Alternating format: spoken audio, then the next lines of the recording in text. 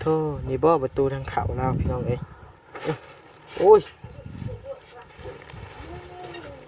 โธ่ประตูเฮือนเราได้นี่พี่น้องเอ้ยอันนี้เงินครัวบ่ตัวเฮือนอยู่เฮือนครัวกับเฮือนอยู่อันเดียวกันเลยเดียวเลยผูกกลมแห้งคนงามเขียดแห้งอายชงเชื่อบ่มีนงเฮ็ดอะไรโดอายยบ่ต้องอายดอกอีนางเอ้ยชีวิตเฮาเลือกเกิดบ่ได้เนาะเลยบ่ต้องอายอายเฮ็ดอะไรถ้าอายเลยก็จะไปทางใดในใดเฮาไปย้อนทุกข์นี่แหละทุกข์แล้วเขาไปปะ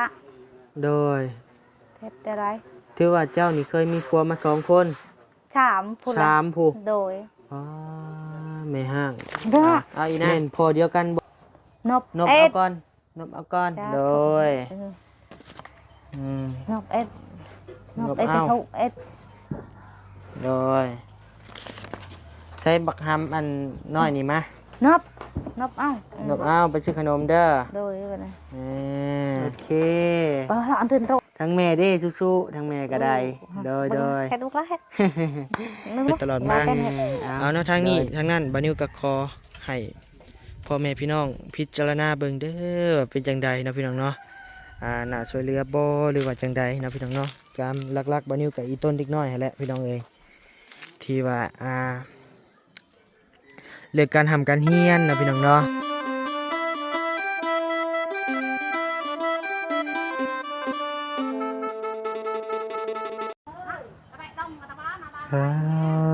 โตพี่น้องเอ้ยเนาะเปิดคลิปเปิดภาพมาบัดนี้พี่น้องเอ้ยเนาะบรรยากาศเปิดคลิปมาบ่อนแปลกหูแปลกตาเนี่ยเด้อจักเล็กจักหน่อยพี่น้องเอ้ยเนาะ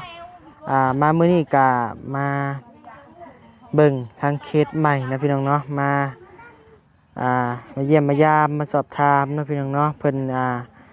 ทางเบาแก้วนะพี่น้องเนาะที่ว่าเพิ่นเข้าไปถ่ายน้องสายฟ้านั่นนี่แหละพอดีมื้อนี้ก็มีโอกาสได้ร่วมงานเพิ่นพี่น้องเอ้ยพอดีทางเพิ่นก็มีเคสใหม่ๆมาแนะนำทางเบาลี่เบานิวเนาะพี่น้องเนาะว่ามีเคสหนึ่งที่เป็นแม่ห้างพี่น้องเอ้ยลูกห่านะพี่น้องเนาะได้ข่าวว่ามีลูกแพทย์อีกเนาะคู่นึงว่าซั่นก็เลยมื้อนี้ถือโอกาสดีเด้อพี่น้องเด้อเนาะเข้ามาเยี่ยมมายามเบิ่งเพิ่นนะพี่น้องเนาะทางแม่ห้างลูกห่านะพี่น้องเนาะก็เดินทางมากับเบาลี่เบานิวเบาแก้วพี่น้องเอ้ยเนาะถือว่าเบาแก้วนี่ก็เป็นยูทูบเบอร์ใหม่เด้อพี่น้องเด้อเนาะที่ได้ร่วมงานกันกับเบานิวเบาลี่นะพี่น้องเนาะก็พอดีทางอ้ายเพิ่นก็มีเคสมานำเสนอหรือว่าเคสที่น่าสงสารนี่บ่เนาะพี่น้องเนาะก็สิว่าจังใดก็ต้องรอเบิ่งรอชมนำกันขึ้นไปสัมภาษณ์ถามข่าวก่อนนะพี่น้องเนาะให้เขาเรื่องเขาเล่าก่อนเนาะจังสิสรุปให้เบิ่งว่าเป็นจังใดนะพี่น้องเนาะทางเบอร์นิวก็ถือโอกาสเดินทางมากับเบาลี่เด้อพี่น้องเด้อมื้อนี้เนาะขี่รถคันเดียวกันมาพี่น้องเอ้ยมาถามนะพี่น้องเนาะถามข่าวเรื่องไม่ห้างลูกห่านี่นะพี่น้องเนาะแต่ตอนนี้ทางเบาลี่กำลังขึ้นไปถามข่าวอยู่พี่น้องเอ้ยเนาะทางเบอร์นิวก็มาเปิดคลิปเปิดภาพให้พี่น้องได้เบิ่งได้ชมนำกันก่อนเนาะพี่น้องเนาะเดี๋ยวรอทางบอลี่แต่บัดนี้จังสิขึ้นเนาะพี่น้องเนาะเป็นจังไดเป็นมาจังไดเรื่องราวเนาะพี่น้องเนาะคือว่าได้เป็นแม่ฮักคือว่าทุกข์ยากว่าซั่นเนาะทุกข์ยากแท้บ่เนาะพี่น้องเนาะต้องขึ้นไปถามข่าวก่อนเนาะพี่น้องเนาะแต่ตามบัดนี้เบิ่งเฮือนเบิ่งซ่านแล้วก็โอ้ถือว่าเติมหนึงอยู่ได้พี่น้องเอ้ยเนาะบ่แม่นบัดนี้ว่าเอาเนาะมันก็ให้พี่น้องเบิ่งเอาในภาพเนาะพี่น้องเนาะมันเป็นจังไดโธ่พี่น้องเอ้ยหากเพื่อนแล้วก็หลังใหญ่อยู่พอดีอยู่เนาะพี่น้องเนาะแต่เรื่องพามันก็อยากหมุนไปแล้วเนาะเบื้องนั่นก็เป็นพาใบตองพี่น้องเอ้ยเอาเนาะเดี๋ยวบัดนี้สิพาย่างเบิ่งอ้อมๆก่อนเนาะพี่น้องเนาะโธ่พี่น้องเอ้ยมันหลุดเนาะพี่น้องเอ้ย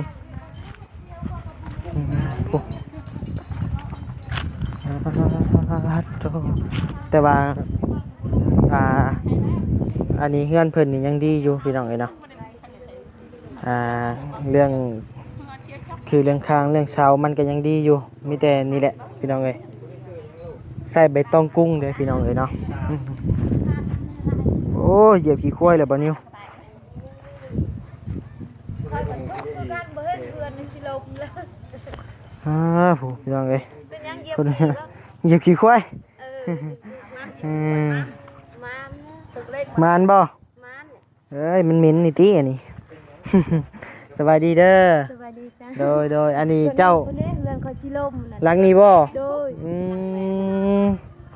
มีเงินกับบ่ว่าดอกว่าบ่มีกับมีแต่ชื่อนมลูกพอได้แบบไปตัดอ้อย โดย50 30แล้วก็ อัน ชื่อน้อง ผู้นี้น่ะเป็นหยังเจ้า เป็นน้องผู้ เป็นน้องแท้ๆเลย โดยคอยเป็นผู้ที่หนึ่งเราเป็นผู้ที่สอง โดยอืมอ่า แห่งแต่ผู้ชีนี่ เอ้ยน้องหมดทั้งหมดอาหารคน โอ้ ยิ่งสี่ชายหนึ่ง โดยอ่าบริเวณนี้เป็นแม่นพี่น้องกันหมดเนาะ โดย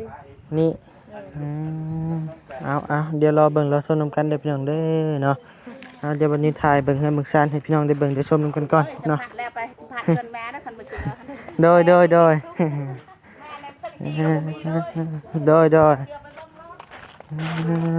เดี๋ยวเลยเอาเนาะก่อนอื่นนั่นบัดนี้ก็ขอกราบทักทายสบายดีพ่อแม่พี่น้องเด้อเนาะมาทุกผู้ทุกคนบ่ว่าสิอยู่พังลาวพังไทยและก็ต่างประเทศเด้อพี่น้องเด้อเนาะมื้อนี้ก็มาเบิ่งเคสใหม่นะพี่น้องเนาะสรุปแล้วก็เบิ่งเคสใหม่ซะพี่น้องเอ้ยเพิ่นว่าทุกข์ยากว่าซั่นเนาะทางเบาแก้วมาเคยสัมภาษณ์แล้วเนาะพี่น้องเนาะแต่ว่าบ่แก้วก็บ่ถ่ายคลิปดอกพี่น้องเอ้ยมาทำข่าวเอาเป็นจังไดจังรอเบิ่งรอชมนำกันเด้อพี่น้องเด้อเนาะบัดนี้ก็ยังบ่ฮู้รายละเอียดคักแน่เนาะสิเว้าไปก็ย่ามันผิดมันพลาดพี่น้องเอ้ยโดยโตพี่น้องเอ้ยเนาะ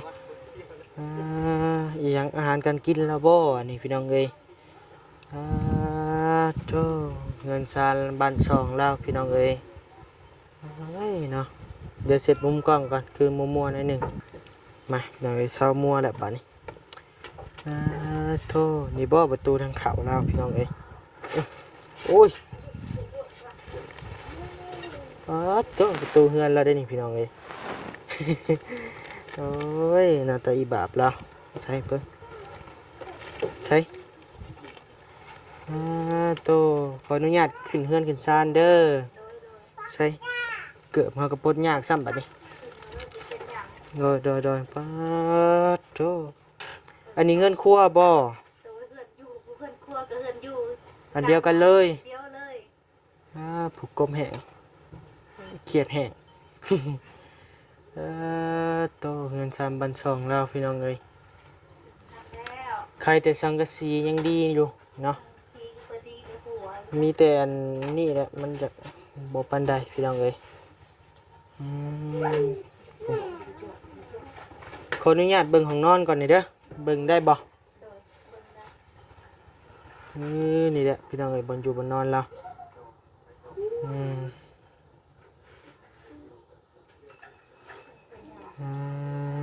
โตพี่น้องเอ้ย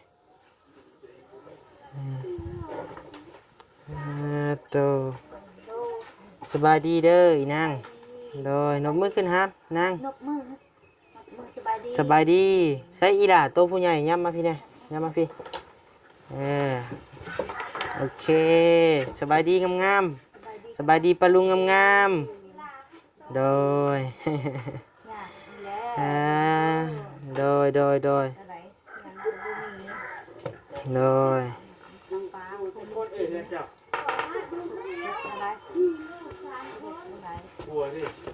โดย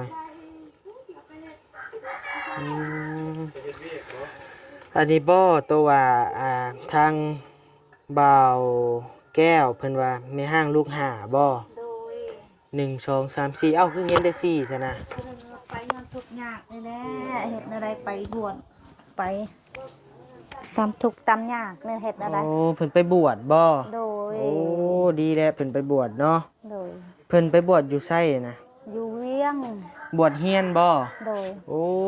ใครแน่พี่น้องเอ้ยอืม ถูก โดย เห็ดอะไรไปตำทุกตำยากนี่แหละเห็ดอะไร นางงามๆครับนางงาม แต่กูมันไม่กันนั่งแบบนั่งแบบนี้ลูกนั่งแบบนี้ลูก ๆโดย นั่งแบบนี้ เฮ็ด อย่า ได้ เพิ่นด บ่ อก จัก อย่าเพิ่นดอกเพิ่นบ่จัก บ่จักหยังหยังก็บ่จัก โดย ได้ก็ ใช่อีนางน่ะยับออกมานั่ มาง พี่ ใกล้ ลูก ๆนี่ โอ้ย อีนางคนงาม โดยอายชงเชื่อบ่มีนงเฮ็ดได้ โด อาย ยบ่ต้องอายดอกอีนางเอ้ยชีวิตเฮาเลือกเกิดบ่ได้เนาะ เลย บ่ต้องอา บ่ ย เห็นอายเฮ็ดได้ ถ้าอายเลยก็เนาะในใดเฮาเกิดมาเป็นแนวนี้เป็นแล้วก็สู้ๆเด้อ โดย ทั้งแม่ก็คือกันเฮ็ดจังได๋ชีวิตคนเฮามันเลือกเกิดบ่ได้แค่เลือกเกิดได้เพิ่นก็อยากเกิดมารวยมามีเงินมีคำมีทุกอย่างแหละบ่มี บ่ต้องอายเฮาเกิดมาแบบนี้แหละ มีตาเห็นแล้วเขากินน้ำกินบ่มีเขากินก็เฮ็ดน้ำบ้านน้ำเมืองขอกินน้ำบ้านเมือง โดย อะไรเฮาบ่มี โดย ดินดอนตอนหญ้าก็บ่มี โอ้จะอยู่ดินนี่ดินไผ ดินเอื้อย โอ้มาขออาศัยอยู่น้ำเพิ่น โด บ่ ย อาศัยน้ำเพิ่น เขาก็ขอบไผครัวมัน โดย บัดเขาดีเขาให้อยู่บ่ดีเขาก็ไล่หนี้ โดย ก็ได้ อืม อยู่ไป อันนี้แม่นเฮือนซานลานแป้นเจ้าบ่ โดย เป็นเฮือนกุ๊กเฮือนข้าวบ่หรือว่าเฮ็ดขึ้นมาใหม่ เฮ็ดบ่มางมาแต่พุ่นแต่บ้านรักไส้พุ่นแล้วก็เอาผัวใหม่แล้วผัวเฮ็ดให้ โดย เฮ็ดให้แล้วผัวก็ไป ผัวปะบ่หรือ โด ผัวย โอ้ ผัวปะจักไปบ่จักปะบ่จักบ่เห็นเลย อีนาง อย่าผิดกัน อืม ไปบ่จักเลยจักไปทางใด อืม ไปย้อนทุกข์นี่แหละทุกข์แล้วเขาไปปะ โดย เฮ็ดแต่ไร ถือว่าเจ้านี่เคยมีผัวมา2 คน 3พุ่นละ 3ผู้ โดย อ๋อแม่ห้างแม่นพอเดียวกันบ่หรือว่า โด คน ย ละพอ พอเดียวกันผู้ไปบวชพอกกพอต่าง หึ ผู้ไปบวชน่ะพอต่างกันกับ โดย น้องนี่ โดย อืมโดย ทุกข์แล้วเขาไปปะย้อนทุกข์บ่มีหยังนี่แล้วเรือนชานบ่มีรถรางบ่มีให้เขาขี่เนาะเขาเป็นคนมี โดย เฮ็ดอะไร ข้าวน้ำเด้ทั้งแม่เฮ็ดแนวใดหาแนวใดจะมาให้ลูกๆกินนี่ เฮ็ดนำเขาให้แม่และเฮ็ดอะไร เพิ่นแบ่งให้ เขาบ่ได้แบ่งข้าวสารนั่นแหละเทื่อละอองเทื่อละใดเนี่ย โอ้ เอามากิน โดย มื้อนี้ก็บ่มีมื้อนี้ค่ะ บ่มีแนวกินบ่มื้อนี้ บ่ บ่ มี มีข้าว ข้าวก็เอากินข้าวเย็นหั่นแหละ โอ้ กินยัง โดยข้าวสารหมดแล้ว หมดแล้วข้าวสารค่ะมื้อแรงก็ไปเอาแปลงเอา โดย พอได้อองเทื่อละ2อองเอามา โดย บ่มี สิได้พี่น้องเอ้ยเนาะความทุกข์ความยากถ้าว่าชีวิตคนเฮาเลือดเกิดได้มันก็คือสิบ่มีคนทุกข์คนยากเนาะ ฝนตกก็หัวหมดบ่มีบ่อนอยู่ โดย เฮ็ดแนวใด จังได๋ก็สู้ๆแล้วเด้อเฮาก็ โดย นี่แหละเนาะผัวก็มี3คนแล้ว โด ก็ ย ปะหมด3 ปะหมดบ่ อีนั่งนี่เขาเฮียนอยู่บ่ โดย มีผู้ใดในเขานี่นี่ ช่องมื้อยิงช่องคนนี่แหละ โอ้ ผู้เดียวบ่ได้ให้เข้าเขามันไกลอยู่ปุ๊ โดย อยู่ดงผู้โรงเรียนก่อน โดย บ่ได้ เข้าผู้ใหญ่นะเข้าห้องปอยังแล้ว ช่อง ปอชองผู้น้อยเด้ ปะนึงอันนี้ค่ะ ปอหนึ่ง ปีกายในปอเจียนเด้ โดย ไปหาข้าวปี บ่ กา อี ย นั่งได้เงินไปโรงเรียนคนละเท่าใด บอกอายบ่มีบอกอายเด้อ ว่าเป็นอยู่บ่ บ่เป็นหันเว้า อืม อีนั่งผู้ใหญ่น่ะได้เงินไปโรงเรียนเท่าใดนั่ง บ่มีดังเว้าดัง ว่าคอยไอ้บ่ได้ยินใด ๆ อีนั่งน้อยเด้ได้เท่าใด บอกเราบ่มีวันนี้ เอ้ แม่บ่ได้หาเงินบัดนี้ เว้าเป็นอยู่ก็บ่อยากเว้าเว้าโลดไอ้บ่ให้ดอกแฮงเว้าเป็นไอ้แฮงแพง ไปโรงเรียนก็เบิ่งปากหมู่บ่มีกินนะ โดย แม่บ่มีเงิน หาเงินใช้ โดย เอาลูกพอเลย อืม ยามบ่มีข้าวก็หาเงินก็ซื้อข้าวกิน โดย ยามนี้ใครเฮาไปเกี่ยวข้าวน้ำหมู่ละหมู่ให้ อืมถ้าวิทย์ย้ำให้ย้ำหน้าก็แล้วแหล้วเนาะ แล้วบ่ ก็สิบ่มีแนวอยู่ในกินอีก บ่ แหละ มี เวียกงานกันสร้างกะคือเฮ็ดนี่แหละบ้านเฮาเนาะ ผ่านเฮาบ้านแบบนี้ เพิ่นคือว่าเขามาเห็นเพิ่นปลูกอ้อยอยู่เพิ่นบ่ได้จ้างบ่ จ้างหั่นแหละเองสุขภาพบ่แข็งแรงแบบไปเจ็บคอนี่ก็มาหากะดีนี่จนไปชั่ว เนาะบ่ได้ ยาแล้วยา บ่เฮ็ดนะแบบโชว์แบบนั้นแล้วก็แบบเฮ็ดหนักอันบ่ได้เขาว่าเมียงเขาว่าคอกินเลือดแบบเจ็บคอแบบนี้ เป็นคอกินเลือดบ่ โดย โอ้คอกินเลือดนี่ภาษาบ้านบ่นิ้วนี่เป็นคอกินเลือดเนาะแต่ว่าทางพันธุ์ไทยนี่เพิ่นเอิ้นว่าคออิหยังวะลืมแต่พี่น้องเอ้ยคอเอิ้มหั่นนะพี่น้องเอ้ย แม่ เนาะ นแบบเฮาเฮ็ดหนักแล้วเฮ็ดบ่ได้แบบนั้นนะ โดย เจ็บมาแล้วเฮ็ดเวียกนี่ก็จังเฮ็ดบ่ได้เลยอยู่ โด เงิน ย ไปห้องหมอก็บ่มีอยู่ โดย เจ็บไข้ก็เบิ่งหน้าต่อหน้านี่แหละลูกก็ อืม บ่มีเงินเฮ็ดอะไร โดย ไปห้องหมอกันถ้ามันดีเองพูดละ มันบ่มีเด้ เห็นแล้วนะ เลยถึงแนมหน้ากันที่เป็นไข้เป็นเจ็บก็ได้ หน้านั่นแหละเจ็บไข้น้ำตาไหล อืม คือจะผัวก็บ่มี โดย มันเฮ็ดอะไร ลูกน้อย4คนผู้พี่น้องเอ้ย แท้ ทุกเขตใดๆเนาะอืม บ้า เงินซาลามแป้นก็ได้ข้าวน้ำก็บ่มีอยู่มีกินตามบัดนิ้วแนมเบิ่งนี่ก็อาหารการกินเฮ็ดเมนูนั่นนี่ก็เห็นแต่เกลือพี่น้องเอ้ยน้ำปกน้ำปลานั่นนี่ก็บ่เห็น มี บ่มีพี่ชังเลยพี่น้องเอ้ยกินแต่เกลือกับแป้งนัว หมึกพริกก็บ่มี เอ้ยเนาะชีวิตคนเฮาอืมเห็นแล้วก็เนาะพี่น้องเอ้ยเว้าบ่อยากออกบ่นิ้วก็ได้ถือว่านี่แหละพี่น้องเอ้ยให้ภาพมันบรรยายเอาเนาะพี่น้องเนาะอืม เดี๋ยวจะ เครื่องนุ่งของถือมีอยู่บ่ บ่มีใช่มีบ่มีเทนมีทวารเขาทิ่มให้เครื่องเก่าเขาแหละยามหนาวก็หนาว โดย บ่มีพิงไผเอา มันบ่มีเด้นั่นนะ อืม แบบเห็นนี่แหละน้ำหนาวก็ โดยเสื้อแขนนุ่งแขนยาวก็บ่มี บ่มี อืม อย่าหยอกกันเนาะ เล็กน้อยพี่น้องเอ้ยเนาะเพิ่นก็หยอกกันเนี่ยตามภาษาเพิ่นอืม ไปเรียนก็เก็บมาปึงชอแม่เอ้ยเฮาเก็บเอา โดย เอาทิ่มแล้วเก็บเอา ซึมซอนักเรียนบ่มี บ่ บ่ มี มีแต่เอาของหมู่ เอา ติ ของหมู่ เก็บมา เอาเก็บมา อืมส่งเสริมนักเรียนกันนี่แหละพี่น้องเอ้ยเนาะ เพื่อโรงเรียนก็เขาให้เขาเก็บเอา โดย เขาให้เขามีตัวเขาเก่าเขาก็ให้ อืม เขาคือเห็น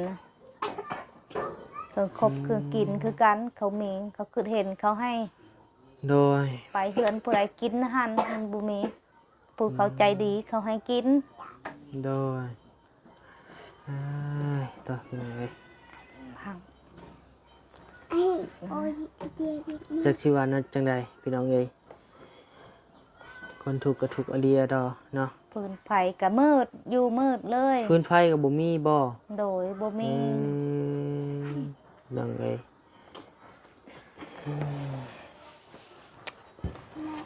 มีห้างลูกหาพี่น้องเอ้ยอืมถือว่าแล้วก็เก่งเติบพี่น้องเอ้ยที่เลี้ยงลูกใหญ่ได้สำนี้เนาะ5 คน แต่ว่าใครแต่ผู้หนึ่งเพิ่นไปบวชพี่น้องเอ้ยเป็นไปบวชเป็นเนนบ่ โดย อายุจักปีแล้วพุ่นน่ะ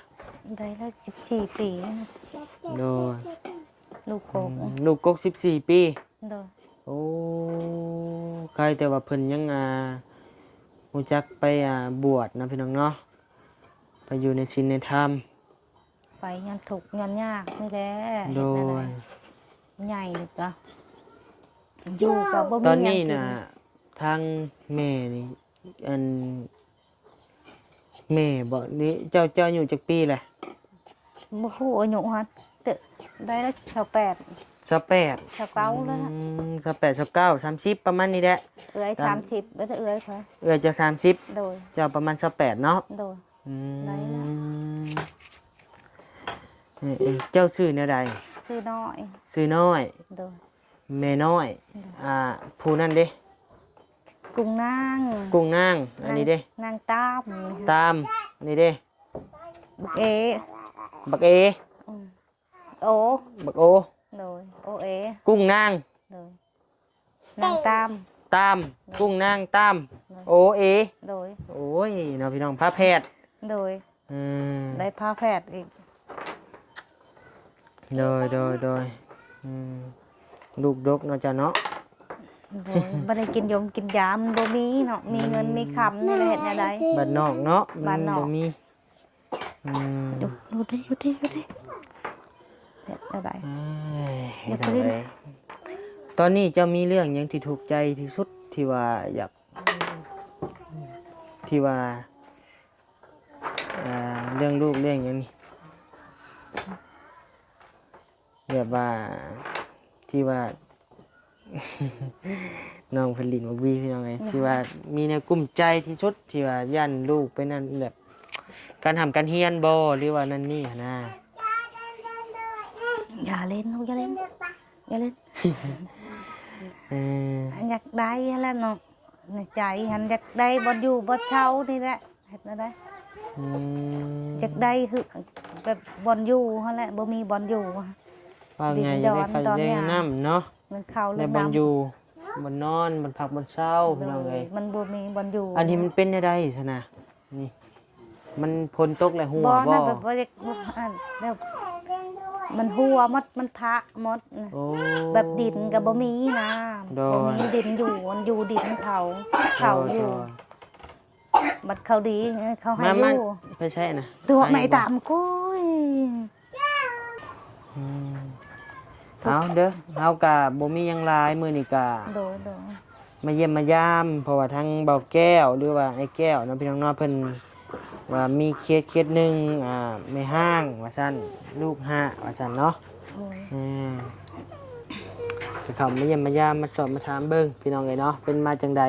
เป็นอยู่จังใดเนาะพี่น้องเนาะ โดยกระจุก ทางบ่นิวกะมามื้อนี้กะบ่ได้มีหยังหลายได้เงินบ่มีเงินไปโรงเรียนเนาะ โดย อ้ายสิให้เงินไปโรงเรียนเด้ออีนางเด้อ โดย ตัว หลับพระ ใช้ สีเอาละ เงินน้อยวันนี้ก็มีแต่เท่านี้ เอาละขึ้นมาหน่อยเอาละมาครับ อืม ไปสระวยตัวนี้ไงเด้อ เอาอีนาง นบ นบ เอ็ เอา ด ก่อนนบเอาก่อน จ้า โดย เออ อืม นบเอ็ดน น บบ เอ็ด เอา จะเขาเอ็ด โดยใช้บักฮัมอันน้อยนี่มาน บเอา นบเอาไปซื้อขนมเด้อ โดยไปเลย เอ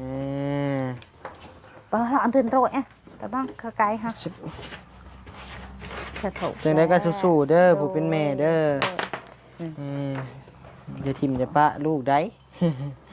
บางที จังไดก็สู้ๆเป็นกำลังใจให้เฮาก็ได้ โดย มื้อนี้ถึงว่าเฮาสิมามื้อนี้มันบ่มีแน ให้ ว บักคูอายให้บักคูให้แล้วให้อยากได้เงินแล้ว ผู้นี้บ่อยากได้ โดยบ่ เงิ ได้ นหมดแหละ อายเงินหมดแล้ มี ว แต่เท่านั้นเงินน้อยพี่น้องเอ้ยวันนี้ก็ได้ แบ่งกันเด้อหำเด้อ แบ่งกันลูก แบ่งให้น้องชายนี่เด้อ แบ่งกันลูกหลาน เออเออ ให้แล้วยังบ่เคยมีเงินเนาะเฮ็ดเงินแล้วกัน เอาเดี๋ยวมื้อหน้ามื้อในเฮาสิเข้ามาเยี่ยมมายามใหม่เด้อ โดย เรื่องส่งเสื้อถ้าว่าเฮามีโอกาสได้เข้ามาเดี๋ยวเฮาสิเอามาฝากเด้อ โดย เฮาสิซอยเบื้องต้นก่อน ถูกแล้ว เนาะ ฮ็ดอะไรก็ถูกแหละ ซอยเบื้องต้นก่อนเพราะว่าเฮามีเครื่องมือสองอยู่ถ้าว่าเฮาได้เข้ามาแล้วเฮาสิเอาเข้ามาให้เด้ โด อย โดย เฮาก็ซอยเบื้องต้นก็ซอยยังบ่ได้หลายให้เงินไปโรงเรียนน้องเพิ่น ปลอดภัยให้กันใจ เฮ็ดจังได๋ก็ให้ทั้งแม่สู้ โดย ๆเอาเป็นกำลังใจให้เนาะ เออปริจายไปจัง สู้ๆไปต่อไป โดย เฮาเกิดมาแล้วเราต้องสู้ทุกอย่างจังได๋ก็อย่ามัน เพราะว่าชีวิตคนเฮามันเลือกเกิดบ่ได้เนาะ โดย อืมใครแนมเลือกเกิดได้ไผก็บ่อยากเกิดมาทุกข์ดอกเนาะ โดยอะไรมันถูกอะไร อืม อดทน โดยอดทนสู้ต่อไปอืม ยาคิดถึงบางคน ชงเสือแล้วก็ได้พี่น้องเอ้ย